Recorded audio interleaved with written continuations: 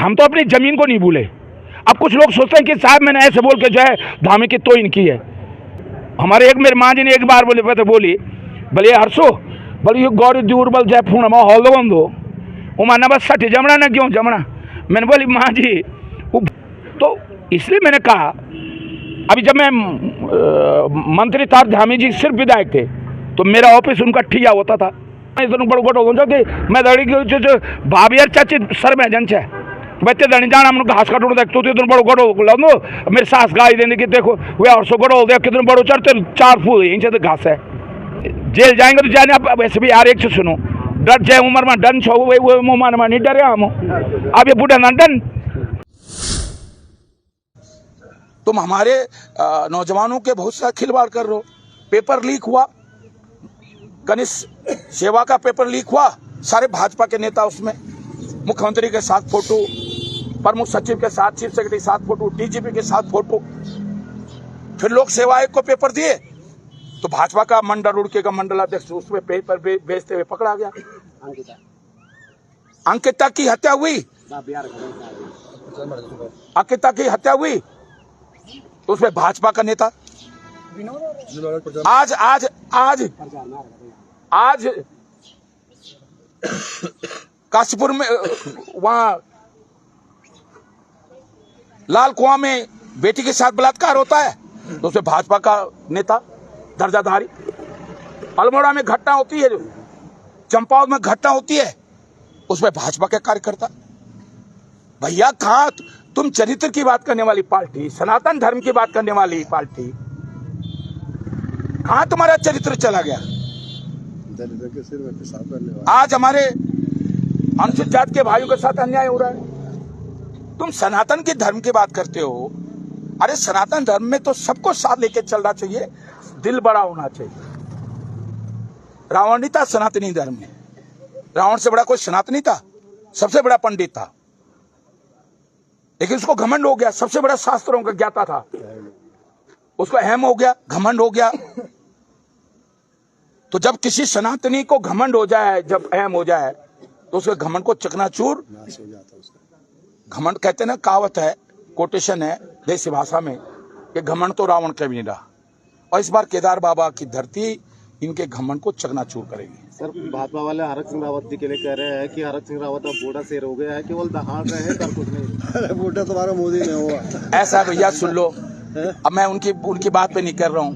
हरक सिंह रावत की दाढ़ जो है आज भी जो है, क्यों अगर हरक सिंह रावत इतना कमजोर है तो ईडी तुम्हारी सबसे बड़ी एजेंसी है, सीबीआई सबसे बड़ी एजेंसी है ईडी।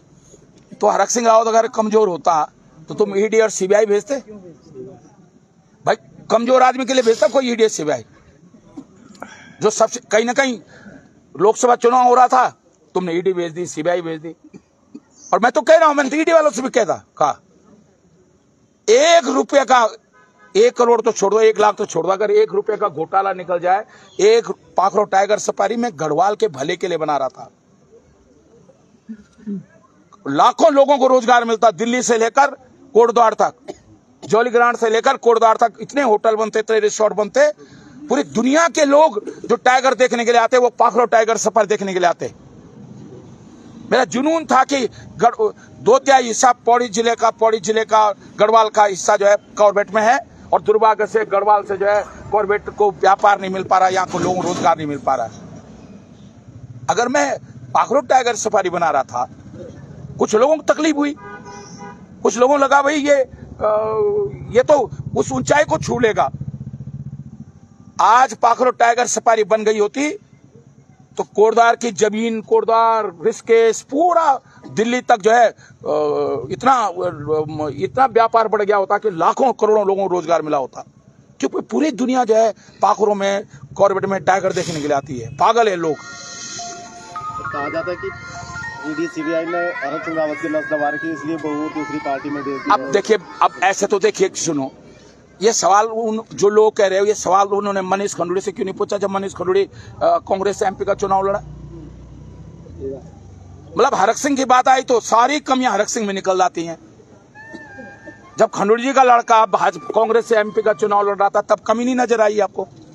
जब विजय राजा सिंधिया और उनका बेटा माधव राज सिंधिया कांग्रेस से राजनीति कर रहा था, तब तो नहीं किसी ने कहा। अभी मेनका गांधी जी और माने सोनिया गांधी जी जो है एक दूसरी पार्टी में, तब कोई नहीं कह रहा है। भाई हर व्यक्ति का अपना व्यक्तित्व है। अब तुम माना एक चैनल में हो, दूसरा तुम्हारा भाई अगर दूसरे चैनल में चले जाए तो हम कहेंगे कि यार तुम एक ही चैनल में क्यों नहीं आए। अब एक मिलिट्री में भर्ती होता है, एक पुलिस में भर्ती होता है, तो हर व्यक्ति का अपना विचार है। नहीं, कई बार जो है बाहर के लोग मान जाते हैं और घर के लोग नहीं मानते। तो ये कहना कोई नस नहीं है। अरे नस होती तो हरक सिंह रावत इतना चिल्लाता। हरक सिंह रावत तो चाहता है कि भेज दो जेल में। तो कहा उन ईडी वालों से, जब मैं अभी बुलाया था उन्होंने मेरे को, जैसे मैंने ईडी के सामने धरना दिया, वो वीडियो बना रहे थे ऊपर में ऑफिस से, तो मैंने कहा भाई छिप छिप के क्यों वीडियो बना रहे हो, सामने आके बनाओ ना। जब उन्होंने तुरंत उसके बाद, मुझे मालूम था जिस दिन मैंने ईडी के घेराव में दाड़ा में वहां, तो मुझे पता था आप सम्मान आने वाला मुझको। तो कह रहे साहब हम तो सोच रहे थे कि आप नहीं आओगे। मैंने मैं क्यों नहीं आऊंगा, कह रहे हम जेल भेजेंगे। मैंने कहा मैं तो तैयारी के साथ आया हूं जेल में।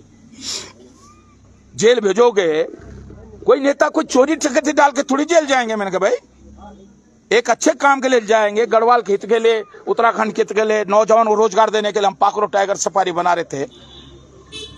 अगर हमने अच्छा काम किया, और अच्छे काम में अगर देखो मन चंगा तो कटौती में गंगा, अगर अब मन साफ हो ना तो दुनिया की बड़ी से बड़ी एजेंसियों के साथ आदमी टकरा सकता है। देखो आदमी का मन जानता है। हम आंखें बंद करें, थोड़ी देर के लिए आंखें बंद करें, बचपन से लेकर हमने क्या अच्छा क्या बुरा क्या, आपका मन बता देगा। सबसे बड़ा दर्पण आप नहीं बता सकते कि मैं क्या अच्छा हूं कि बुरा हूं, मेरा मन बता सकता कि मैं अच्छा हूं या बुरा हूं।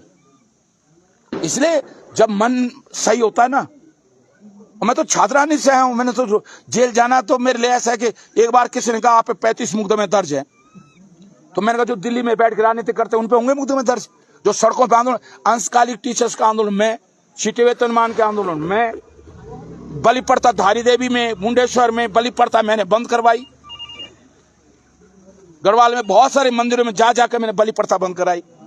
दहेज प्रथा के खिलाफ मैंने बड़े संघर्ष किया। उत्तराखंड आंदोलन के लिए मैंने दिल्ली में 6 साल, मेरे उत्तराखंड जनता मोर्चा जिसका मैं संयोजक चीफ था, आज तक 6 साल दिल्ली में राज्य के निर्माण को लेकर किसी ने धरना नहीं दिया होगा। जिसका मैं चीफ था, गैर राजनीतिक संगठन मैंने बनाया था। रोज हर दिन हर हफ्ते में पार्लियामेंट में प्रदर्शन कराता था। जिस दिन मुजफ्फरनगर कांड हुआ, मैं कोटद्वार के रास्ते जो 145 बसें मेरे साथ गई, 19 पुलिस के बैरियरों को तोड़ते हुए, गढ़मुक्तेश्वर पुल पे पुलिस ने जाम लगा रखा था, उसको उखाड़ते हुए मैंने दिल्ली तक सुरक्षित पहुंचाया। जो मेरे साथ कोटद्वार के रास्ते, नजमात के रास्ते उत्तराखंड आंदोलन में 94 लोग गए। और पौड़ी में माता बहनों ने कहा वापस आके, जब मुजफ्फरनगर कांड हुआ, एक बाप वो है जिसने हमें जन्म दिया, एक बाप हमारा हरक सिंह है जिसके कारण आज हम इज्जत हमारी बची है। अपने हाथों से मैंने पुलिस के बैरियर तोड़े। एक लड़ाई इसलिए लड़ता हूं, अंदर से जब आदमी के अंदर सच्चाई होती है ना, सच्चाई सबसे बड़ा शस्त्र होता है किसी मनोबल को बढ़ाने के लिए। इसलिए जो लोग जो भी कहे मुझ पर फर्क नहीं पड़ता। कोई दल बदलू कहे, अरे दल नहीं बदला होता मैंने तो जिला नहीं बना होता।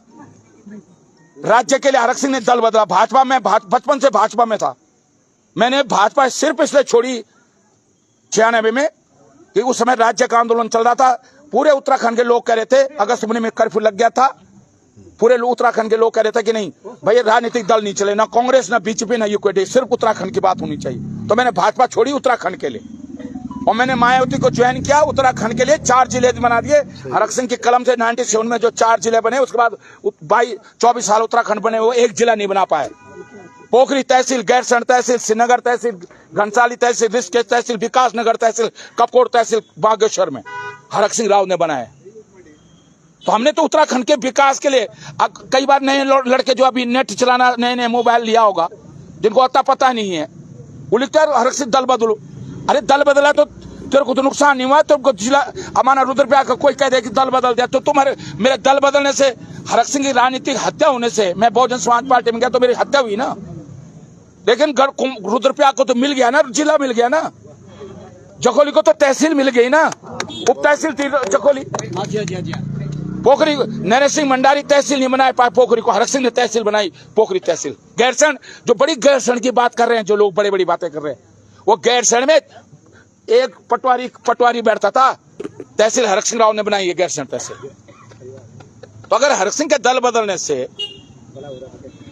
उत्तराखंड को मिला है ना कुछ, तो हरक सिंह ने जब भी दल बदले अपने स्वार्थ में नहीं बदले, उत्तराखंड के हित के लिए बदले, उत्तराखंड के नौजवानों के हित के लिए बदले, उत्तराखंड के लोगों के लिए बदले। सर, आपका पिछले दिनों एक बाइट वायरल हो रही है जिसमें आपने कहा कि धामी जी मेरे दरवाजे पे खड़ा है। अरे सच बोला, मैं फिर कह रहा हूं, मैं धामी नहीं, इसलिए कि वो प्यारो, जब मैं तिवारी जी की सरकार में मंत्री था, वो कोश्यारी जी के साथ, कोश्यारी जी विपक्ष नेता थे, उनके साथ वेश जी था।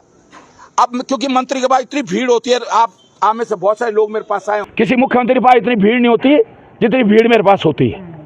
तो वो दिन भर मौका नहीं मिलता था, तो वो कई बार फोन कर करके स्टाफ पूछते थे कि रात को मंत्री जब खाली हो जाएंगे, तो रात को 1-2 बजे आते थे वो कुछ काम से, कोश्यारी जी कुछ काम से मेरे पास भेजते थे। अभी मैं जब भाजपा सरकार में मंत्री था तो प्रीतम सिंह जी 10 बार मेरे पास आते थे। एक मामला तो ऐसा हो गया था, मैं मामले को नहीं बताऊंगा, कि प्रीतम सिंह जी ने कहा भाई रावत जी इसकी मदद होनी है, इसमें मदद होनी, मैंने करी मदद। उनके क्षेत्र में श्रम विभाग से साइकिलें, वो सिलाई मशीनें बांटी थी, मैंने कहा नहीं भाई वो विधायक है, उनके क्षेत्र में, भले ही भाजपा सरकार का मंत्री था।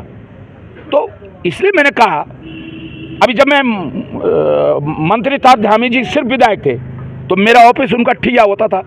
तो ये कोई बहुत ये तो अच्छी बात है ना। जैसे मैं बोलता हूँ मैं सिपाही का लड़का हूँ, मैंने तो घास भी काटा है, लकड़ी भी काटी है, मैंने तो उड़खो भी कूटी, मैंने तो जंदरू पीसी, मैं तो एक मानो जो कभी कोदो और कभी गेहूँ पीसी थे, तब स्कूल जनता देवगढ़ स्कूल। हम तो अपनी जमीन को नहीं भूले। अब कुछ लोग सोचते हैं कि साहब मैंने ऐसे बोल के जो है धामी की तोहिन की है। मैं तो मंच से कहता हूँ कि मैंने झंगोरा कूटा है, उड़खो कूटी मेरे कोई, मैंने अभी भाषण दे रहा था, मैं किसी को कोई घास कटू था, इतना गड़ो मैं इतना बड़ो गड़ो जो कि मैं दड़ी जो भाभी यार चाची सर में जन है बच्चे दड़ी जाना हम घास कटू था, तो इतना बड़ो गड़ो लो मेरी सास गाय देने की, देखो वे 800 गड़ो दे कितने बड़ो चढ़ते 4 फूल इंच घास है। तो मैं इसलिए निराई कानून में है, गुड़ाई कानून में है, और भी मैं स्यू पर स्यू लगाऊँ। हमारे एक मेरी माँ जी ने एक बार बोली भले हर्षो बोले ये गौरी दूर बल जाए फूण हॉल दो वो माना बस 60 जमना ना क्यों जमना। मैंने बोली माँ जी वो भुड़ते हल्दा छन, तो डामर धलना छन, यूँ भाजपा होंगे थोड़ा जन विकास के नाम पर डामर धलना छन। और मैंने बोली मैं तो क्यों घोड़ा आदमी, मैं तो स्यू पर स्यू लगाऊँ, ये वजह से क्यों भी खूब जमदन 60 खूब जमदन। तो मैं इसलिए कह रहा हूँ कि इन भाजपा वाले जो डामर धर रहे हैं विकास के नाम पर, इसलिए भैया कोई चिंता नहीं है, जेल जाएंगे तो जाने। अब वैसे भी यार एक चीज सुनो, डर जाए उम्र में डन छो वो मुँह में नहीं डरे हम, अब ये बूढ़ा ना डन, आप तो ये सोच लेंगे जेल चले आए, ये सोच लेंगे कि जैसे 60 साल के बाद सनातन धर्म में क्या होता है, वानप्रस्थ होता है ना, तो उसको वानप्रस्थ समझ लेंगे, समाज के लिए वानप्रस्थ समझ लेंगे।